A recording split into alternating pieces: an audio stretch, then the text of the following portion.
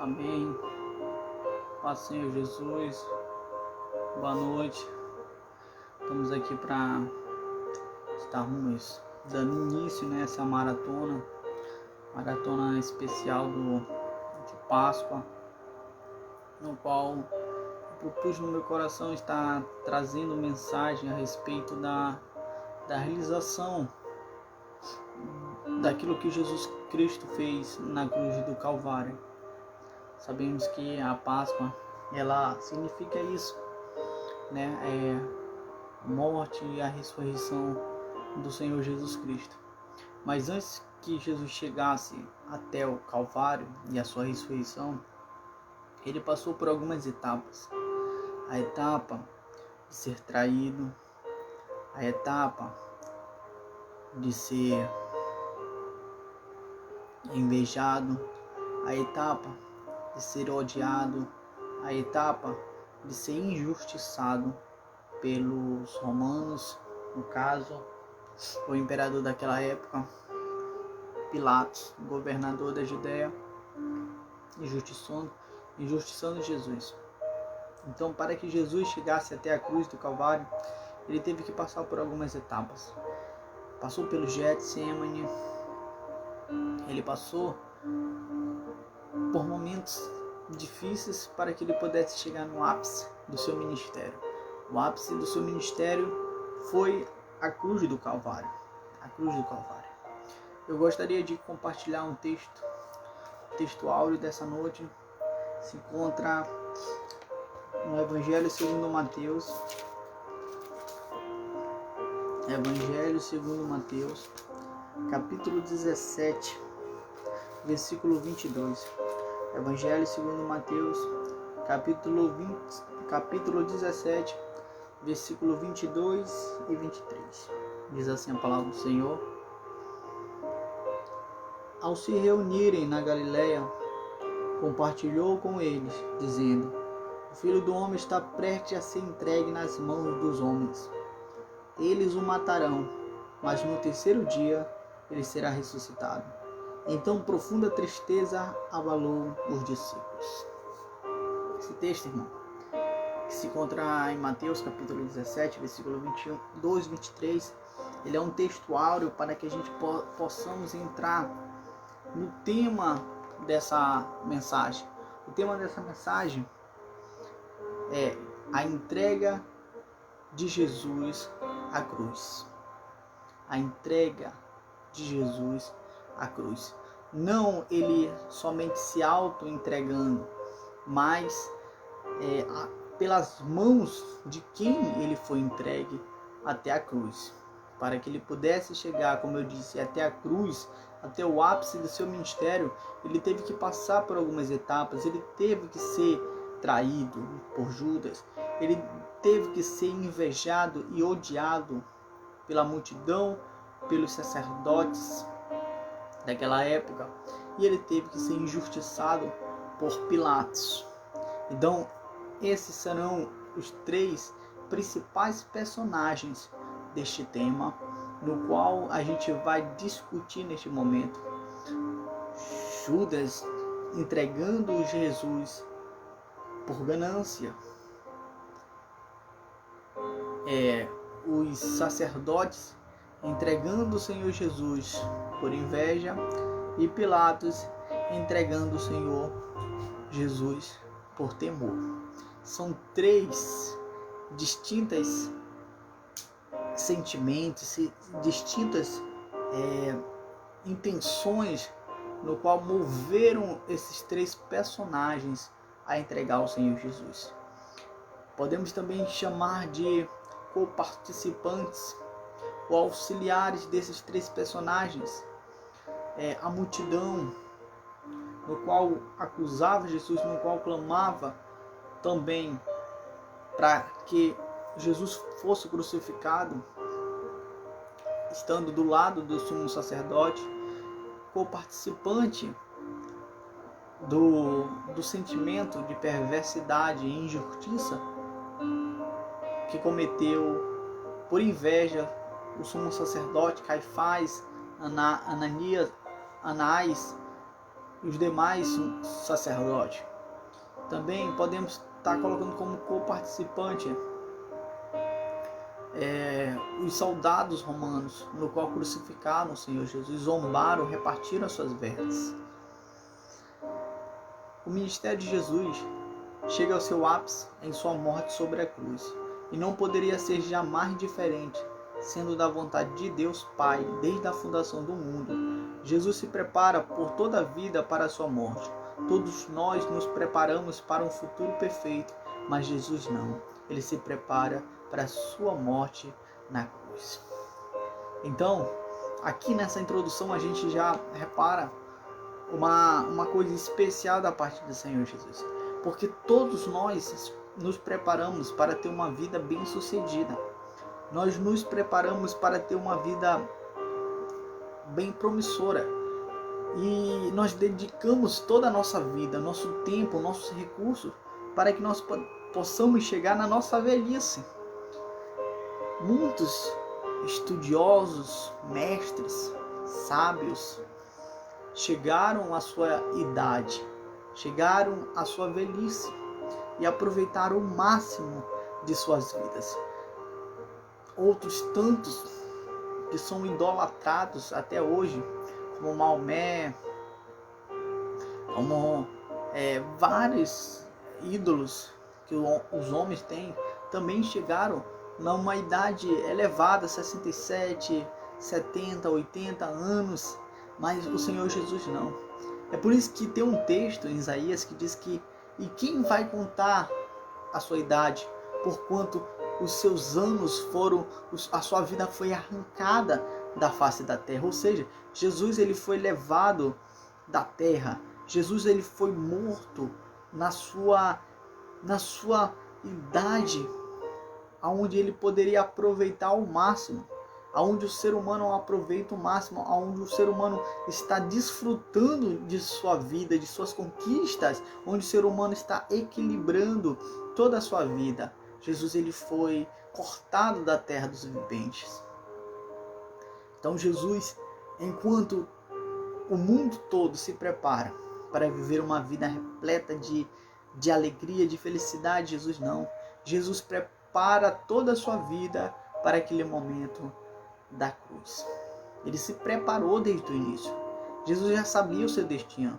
Jesus já sabia qual era o propósito da sua vinda na terra. E ele se prepara para isso. E ele não só se prepara, como ele prepara os demais discípulos para que eles pudessem entender a obra no qual ele veio fazer aqui na terra, que foi entregar a sua vida. Então, em vários momentos, Jesus ele começa a ensinar, a informar, a alertar os discípulos que deveria ser assim. Ele deveria morrer, ele deveria padecer, ele deveria entregar a sua vida. O Filho do Homem vai ser entregue nas mãos dos pecadores, como eu falei aqui no capítulo 17 do Evangelho segundo Mateus, versículo 22 e 23. Jesus já vinha alertando várias e várias vezes para os seus 12 discípulos o que haveria de acontecer e que era necessário que isso acontecesse. Jesus estava preparando os seus discípulos para aquele momento no qual seria um momento no qual eles todos iriam ficar desesperados e desamparados. E Jesus estava querendo fazer eles entender, querendo fazer eles compreender, para que eles pudessem ter uma visão espiritual, uma fé, ainda mesmo depois da morte do Senhor Jesus Cristo de Nazaré. Não foi a vida, não foi as curas, não foi os ensinamentos que nos limpou, mas a morte que nos trouxe vida. Não foi a vida, não foi as curas, não foram os ensinamentos que nos limpou, mas a sua morte que nos trouxe vida. Então, como eu falei, deveria ser assim. Jesus, ele só poderia remir os nossos pecados se entregando por nós. Nós só poderíamos receber o perdão da parte de Deus se o Filho se entregasse voluntariamente por nós. Como diz o escritor aos Hebreus, no capítulo 9, versículo 22, de fato, segundo a lei, quase todas as coisas são purificadas com sangue, e sem derramamento de sangue não há perdão. Não há perdão. Então, para que nós pudéssemos ser purificados, lavados, comprados, remidos para Deus, deveria Ele derramar o seu sangue. E não poderia ser um sangue comum, não poderia ser um sangue de qualquer animal, de qualquer ser humano. Deveria ser o sangue do Senhor Jesus Cristo. Eu vou enfatizar aqui a vida do próprio Barrabás. Quando Jesus foi trocado por Barrabás, isso eu poderia colocar mais lá na frente, mas eu vou situar aqui. Quando Jesus foi trocado por Barrabás, Barrabás era um criminoso. Barrabás, ele era uma pessoa que ele estava criando sedições, conflito contra o Império de Roma. Então, por direito, Barrabás deveria ser morto. Ele deveria ser morto porque ele estava afrontando e se rebelando contra a potência daquela época, que era o Império de Roma, contra o próprio César. Então, Pilatos deveria ter, com justiça, condenado Barrabás e ele deveria ser crucificado. Que a rebelião, a revolta, a sedição naquele tempo, ele recebia pena máxima, que era a crucificação. A crucificação era a pena máxima que poderia acontecer na vida de um réu, para um réu. Só que Jesus, ele toma o lugar de Barrabás. Isso já traz um ensinamento para nós. O ensinamento que Barrabás éramos nós, que Barrabás era que deveria morrer na cruz. Mas Jesus, ele se entrega. Jesus vai para a sentença, para a cruz, no qual era Barrabás que deveria ser morto naquela cruz. Mas Jesus, ele dá a sua vida. Jesus, ele toma o lugar que nós deveríamos ter tomado. Porque assim como Barrabás ele foi livre daquela condenação, assim também nós fomos livres por causa que Cristo se entregou por nós. Jesus se entregou por nós para que nós pudéssemos ter vida. E isso é muito importante a gente considerar, é muito importante a gente entender a entrega de Jesus na cruz. Jesus não morreu à toa. Jesus não morreu sem significado nenhum. Se não fosse assim, se fosse sem significado, não teria te legado até hoje. Não teria o seu nome perpetuado até hoje. Jesus se entregou por causa de mim, por causa de você, nos nossos lugares. Não podemos acusar e dizer, se tivéssemos lá, faríamos diferente. Pois assim como eles, fazemos o mesmo. E se estivéssemos lá, seríamos nós que o crucificaríamos, o Filho de Deus, na cruz. E na verdade fomos. E como diz Canopert Green, somente um homem que está preparado para aceitar sua parcela de culpa da cruz pode reivindicar parte na sua graça. Ou seja, somente a pessoa que ela está preparada para confessar sua parcela de culpa na cruz, ela pode reivindicar a graça. Ninguém pode reivindicar a graça sem primeiro entender que foi ela que botou Jesus Cristo na cruz do Calvário. Foi por causa dela, foi ela que entregou o Senhor Jesus Cristo na cruz do Calvário.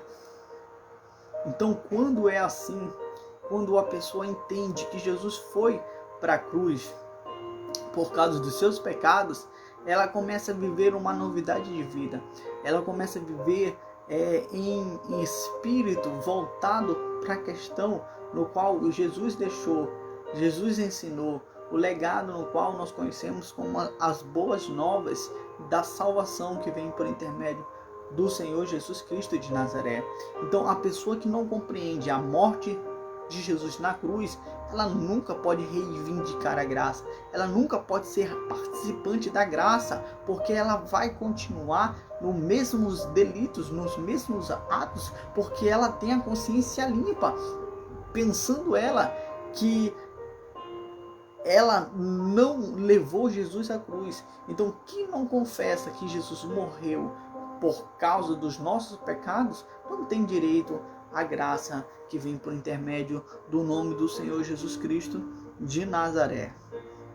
Então, na perspectiva dos homens, nós temos dois tipos de visão nesse cenário da entrega do Senhor Jesus.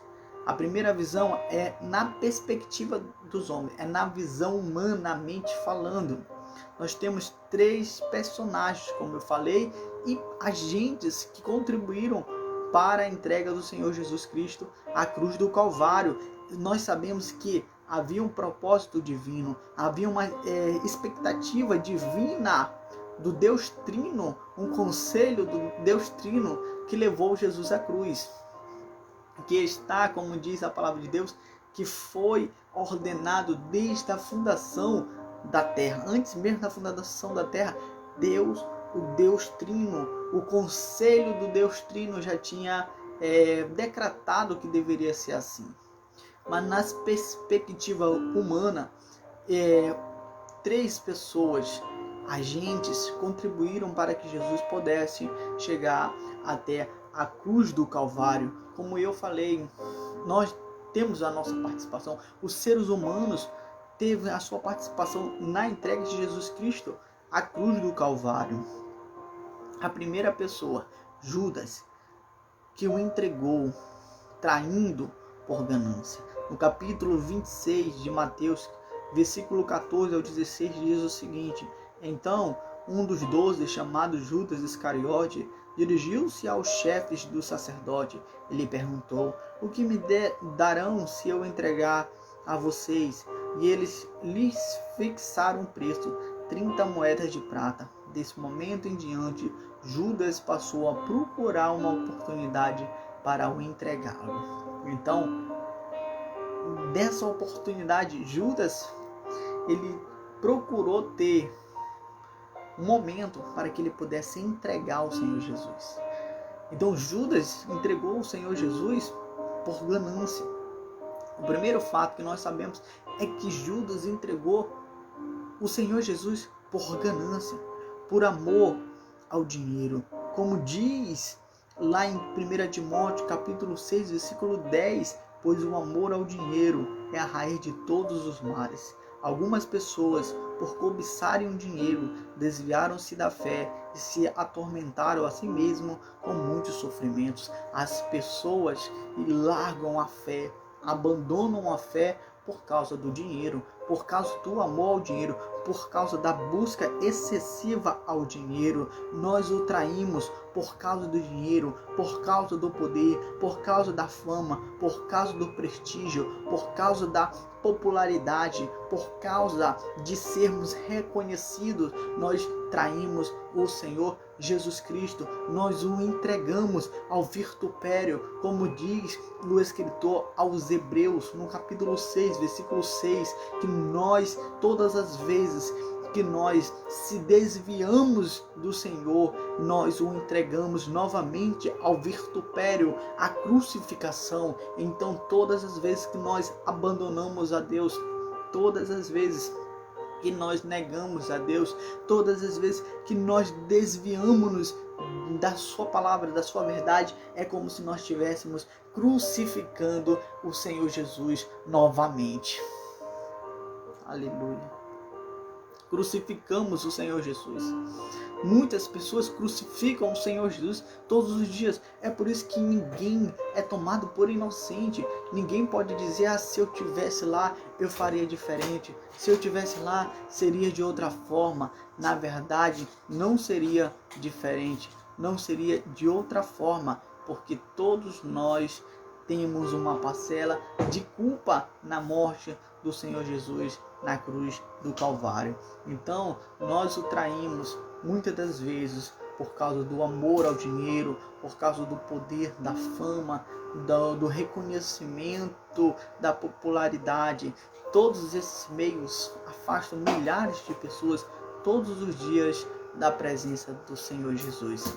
Trocam o Senhor Jesus por causa de coisas materiais, por causa de reconhecimento material. Paulo também escreve na segunda carta a Timóteo, no capítulo 4, versículo 10, diz o seguinte: Paulo diz que Demas o havia abandonado por amar este século. Então, quem era Demas? Demas era uma pessoa que andava com Paulo.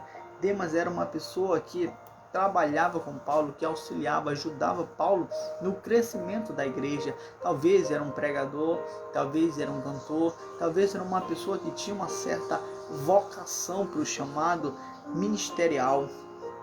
Mas Demas amou o presente século de uma tal forma que abandonou a fé. Então, esse é o primeiro agente, a primeira causa no qual levou Jesus à cruz do Calvário, Judas traindo ele por ganância. Após Judas ter traído, Judas o entregou às mãos dos sacerdotes. E os sacerdotes o entregaram por inveja. Por inveja do Senhor Jesus, eles o entregaram à morte, o entregaram à crucificação, para que ele pudesse sofrer a pena, a maior pena que era dada pelo Império Romano. Mateus capítulo 27, do verso 1 ao 2, diz a seguinte palavra: de manhã cedo, todos os chefes dos sacerdotes e líderes religiosos do povo tomaram a decisão de condenar Jesus à morte. E amarrando-o, levaram-no e o entregaram a Pilatos, o governador. Então, todos os chefes dos sacerdotes, havia ali uma raiz de amargura, havia ali uma inveja da parte dos líderes religiosos por causa de Jesus. Jesus era mais reconhecido, Jesus era reconhecido, Jesus era famoso, Jesus juntava multidões perto de si. Jesus não só tinha as palavras de vida eterna, de vida, ensinamentos concretos. Jesus tinha poder, Jesus tinha virtude, e tudo isso os sacerdotes, sumos sacerdotes, fariseus, os saduceus, os escribas, nenhum deles tinham. Então a inveja maior deles era eles ver que Jesus tinha mais autoridade do que eles. Enquanto eles corriam atrás de autoridades humanas, Jesus em si mesmo tinha autoridade. Jesus tinha autoridade de pregar, Jesus tinha autoridade de exortar, Jesus tinha autoridade de ensinar, Jesus tinha autoridade de ressuscitar mortos, de curar, de fazer milagres e prodígios. Jesus tinha o poder em si mesmo, enquanto eles não tinham nada. Em vez eles procurarem no Senhor Jesus para receberem da parte deles, eles procuravam um ser humano para que viesse legalizar com a sua malignidade que havia dentro do seu coração. John Stott diz a seguinte frase: a inveja é a segunda face da moeda chamada vaidade. E na verdade é isso. A inveja é a segunda face da moeda chamada vaidade. Ninguém tem inveja de outra pessoa à toa. Ninguém sente inveja de outra pessoa por coisas vis, coisas banais. A pessoa sente inveja da outra porque ela em si se sente segura.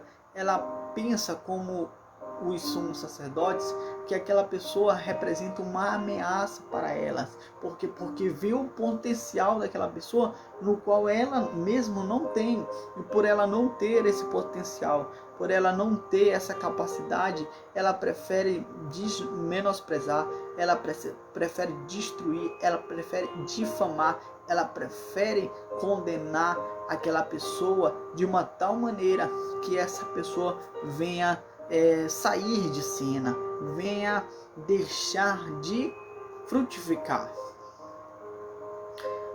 Tiago escreve lá no capítulo 3, do verso 14, que se tendes amarga inveja e sentimento faccioso, não mintas contra a verdade. Essa sabedoria, ela não é de Deus, mas ela é terrena, ela é animal e ela é diabólica. Então a inveja, irmãos, a inveja foi a segunda causa dos homens, seres humanos, entregarem o Senhor Jesus à cruz. Eu espero que vocês estejam entendendo. A primeira entrega foi a entrega de traição, que Judas traiu Jesus. A segunda entrega foram os sacerdotes que entregaram por inveja o Senhor Jesus. E a terceira entrega é a de Pilatos. Pilatos entrega Jesus por covardia. Pilatos se tornou um medroso. Pilatos se tornou um injusto. Pilatos se tornou um covarde, traindo o Senhor por covardia, entregando o Senhor por covardia, porque bem sabia Pilatos que Jesus tinha sido entregue para ser crucificado por causa da inveja dos sacerdotes. Mas mesmo ele sabendo que aquela pessoa não merecia aquela sentença, ele fez o desejo daquelas pessoas, ele satisfazeu o ego daquelas pessoas, ele contribuiu para a morte e crucificação do Senhor Jesus Cristo de Nazaré. No Evangelho segundo Mateus, capítulo 27, versículo 28, diz: então Pilatos soltou-lhes Barrabás, mandou açoitar Jesus e o entregou para ser crucificado. Pilatos teve a sua parcela de culpa, porque ele sabia o que era certo, ele sabia quem eram os verdadeiros vilões, ele sabia quem eram os culpados, mas ele preferiu condenar o inocente.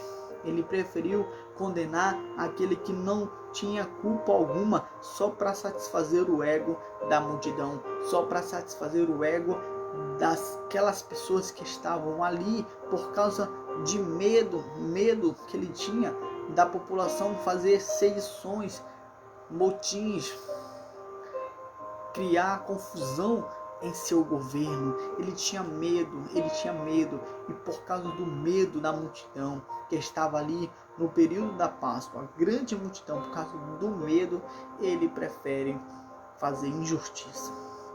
No livro de Apocalipse diz: mas os covardes, os incrédulos, os depravados, os assassinos, os que cometem imoralidade sexual, os que praticam feitiçaria, os idólatras e todos os mentirosos, o lugar deles será no lago de fogo que arde com enxofre. Esta é a segunda morte. Então, a Bíblia diz que os covardes não herdarão o reino dos céus. A Bíblia diz que os mentirosos não herdarão o reino do céu. A Bíblia diz que os injustos não herdarão o reino do céu. E a Bíblia diz, lá no capítulo de Tiago, capítulo 4, versículo 17, aqueles que sabem fazer o bem e não o fazem, já está pecando.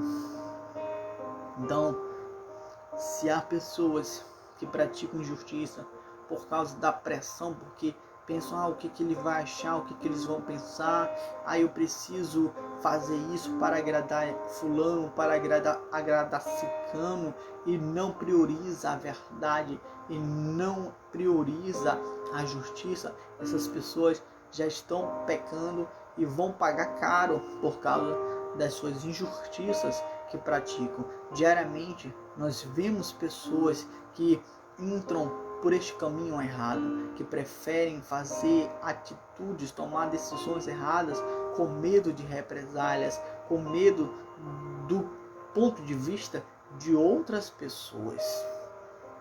Pastores que se corrompem por quererem agradar homens, agradar pessoas, e aceitam suborno, são subordinados a pressões humanas, e assim na política, e assim no trabalho, e assim em várias áreas da vida humana. Nós olhamos aí na perspectiva humana. Na perspectiva humana nós vemos Judas, que o entregou por causa da ganância. Os sacerdotes, que o entregou por causa da inveja. E o Pilatos, que entregou por causa da covardia, porque era covarde, não praticando a justiça. Mas nós sabemos também que Deus, na sua infinita onisciência, no seu controle maior, Deus tinha um controle sobre todas as coisas. Então Deus, ele se utilizou da exposição da maldade humana para expor o seu propósito divino, mesmo na maldade humana. Ou seja, é Deus tomando a rédea das situações, é Deus tendo controle mesmo em meio às tempestades, mesmo em meio ao caos. Deus tomando o controle e tendo a rédea de todas as coisas. Então, por mais que nós sabemos que os seres humanos contribuíram para que Jesus pudesse chegar até a cruz, nós sabemos também que Deus, de antemão, já tinha previsto, Deus já tinha elaborado o seu plano para a salvação de toda a humanidade. Na perspectiva divina, por outro lado, sabemos que estava no plano divino de Deus a redenção do mundo por meio do seu Filho Jesus. Como diz John Stott, a cruz é a exposição da maldade humana e um propósito divino de Deus à exposição da maldade humana. Ou seja, era um plano que Deus tinha um controle mesmo na maldade do homem contra o seu Filho Jesus Cristo de Nazaré. Jesus, ele se entregou. Jesus, ele não pode ser considerado mártir, o primeiro mártir, porque Jesus, ele não mataram Jesus, não tiraram a vida de Jesus. Jesus se entregou, Jesus se deu, se doou. Jesus, ele voluntariamente doou a sua vida. Então ele não pode ser considerado um mártir. Então nessa entrega nós temos como personagens principais e no controle de todas as coisas o Deus Pai, o Deus Filho, o Deus Espírito Santo. Jesus o entregou a si mesmo por amor de mim, por amor de você. Ninguém tira a minha vida, pelo contrário, eu a dou voluntariamente, diz o próprio Senhor Jesus no Evangelho segundo João, capítulo 10, versículo 11. Então, Jesus, ele se auto-entregou à morte e à crucificação. Não poderia ser diferente, porque Jesus, ele tinha que se entregar voluntariamente. Ele se entregou voluntariamente. Jesus, pelo conselho trino, entrega a sua vida por nós. Deus entrega seu Filho, que por si mesmo concorda em dar sua vida. Aleluia. Ou seja, o Deus Pai, ele entrega o seu Filho. Ele entrega o seu Filho. Mas Jesus, ele tinha a opção. Ele tinha a opção de querer voltar atrás. Ele tinha a opção de desistir naquele momento. É tão verdade isso, que quando Jesus está na cruz do Calvário, e as pessoas começam a zombar, começam a criticar, começam a caçoar dele. Olha, se tu és o Filho de Deus, desça daí, né? Desça daí. E Jesus, Pai, perdoa, porque eles não sabem o que fazem. Em outra ocasião, a Bíblia diz que os soldados chegam para pegar Jesus Cristo de Nazaré ali no jardim, onde ele estava orando. Judas chega também, dá um beijo nele e começa aquela confusão, e Pedro pega a espada e corta a orelha de Maltas, e Jesus repreende Pedro, diz: ó Pedro, aquele que ferir com ferro será ferido. E Jesus diz: olha, não sabeis vós que se eu quisesse, eu pediria ao meu Pai uma legião de anjos, ele me daria? Então, se Jesus quisesse, ele poderia muito bem sair dali, sair de cena. Não, eu desisto daqui, eu desisto, eu não quero entregar a minha vida, eu não quero. Mas ele doou a sua vida, ele entregou voluntariamente a sua vida, ele derramou o seu sangue na cruz para verter os nossos pecados, para nos comprar de volta para Deus, para que nós pudéssemos ter o direito de sermos chamados filhos de Deus ao que crê no seu nome. A Bíblia diz o seguinte, Jesus diz o seguinte lá no Evangelho segundo João, no capítulo 1, versículo 11 ao 14, ele veio para os que eram seus, mas os seus não o receberam. Mas a todos quanto o recebeu, deu-lhes o poder de se chamarem filho de Deus, aos que creem em seu nome. Então, meus amados e queridos, pelo nome do Senhor Jesus, nós temos o direito de sermos chamados filhos de Deus, se cremos realmente no Senhor Jesus Cristo, se cremos realmente na obra redentora do Senhor Jesus Cristo, nós temos o direito de sermos chamados filhos de Deus. Aleluia. Judas o entregou aos sacerdotes, os quais o entregaram a Pilatos, que o entregou aos soldados, os quais o crucificaram. Mas no nível divino, o Pai o entregou, e ele se entregou a si mesmo para morrer por nós. Como diz o apóstolo Paulo, lá em Gálatas capítulo 2, versículo 20 ao 21, logo, já não sou eu que vive, mas Cristo vive em mim. E esse viver que agora eu tenho na carne, vivo pela fé no Filho de Deus, que me amou e a si mesmo se entregou por mim. Ou seja, Paulo entendeu que a entrega de Jesus na cruz não deveria ser uma coisa que ele pudesse permanecer no estado decaído. Ou seja, Jesus nos transportou das trevas para a sua gloriosa luz. Noutrora nós éramos trevas, mas agora nós somos luz no Senhor. Então nós devemos andar como filhos da luz, devemos andar baseado nos ensinamentos, na palavra que Cristo deixou para as nossas vidas. Nós devemos viver em novidade de vida por causa daquilo que Jesus Cristo fez por nós na cruz. Ele nos deu a vida, ele nos deu a oportunidade de sermos chamados de filho de Deus. Então, o mínimo que eu devo fazer é servi-lo, é entregar a minha vida para ele e por ele, porque ele se entregou por mim, ele me amou primeiro, ele se deu primeiro, então eu vou amá-lo e eu vou me entregar pelo que ele fez por mim. E por fim, e podendo dizer também desde o princípio, o Pai entregou o Filho por amor a nós, sua mais perfeita criação. Como diz o texto mundialmente conhecido de João capítulo 3, versículo 16, porque Deus amou o mundo de tal maneira que deu o seu Filho unigênito para que todo aquele que nele crê não pereça, mas tenha a vida eterna.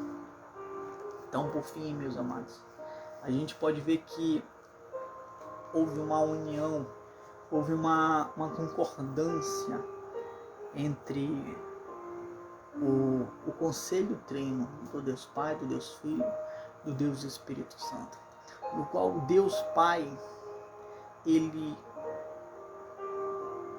ali entregou o seu Filho, e o seu Filho se submeteu à vontade do Pai, entregando a si mesmo por nós. Houve um amor tão grande, um amor que João diz assim, ele nos amou de tal maneira que entregou o seu Filho unigênito. Nós podemos enfatizar essa palavra unigênito, unigenitura, o único, o primeiro, aquele que ele tinha e deu por nós. Jesus, Deus, nos amou. e se entregou por nós. Nós possamos reconhecer a sua entrega. Como diz John Stott, ainda falando, nós não, antes de reconhecermos o Senhor Jesus Cristo pelo que Ele fez para nós, que nos leva à fé e à adoração, nós devemos reconhecer o que nós fizemos para Ele, que nos leva ao arrependimento. Antes de nós reconhecermos que Ele morreu para nós, nós devemos reconhecer que Ele morreu por nós, que nos leva ao arrependimento. Então que nós possamos ficar com essa palavra na tábua do nosso coração. Amanhã tem mais uma mensagem em nome do Senhor Jesus, talvez no mesmo horário, que vai falar sobre, se eu não me engano, Jesus no Getsemane. A entrega do Senhor Jesus até o Calvário. Jesus passou pelas mãos dos pecadores, como eu li aqui lá no Evangelho segundo Mateus, capítulo 17, versículo 22 e 23. Jesus passa nas mãos dos pecadores. Jesus vai até o Getsemane. Jesus também tem a ceia, que nós vamos falar sobre a ceia do Senhor também. Antes do Getsemane tem a ceia do Senhor. Glória a Deus. E é um momento também que nós temos que enfatizar a ceia do Senhor até a sua entrega na cruz do Calvário. Amém. Com todos na paz do Senhor. Até amanhã, se Deus quiser.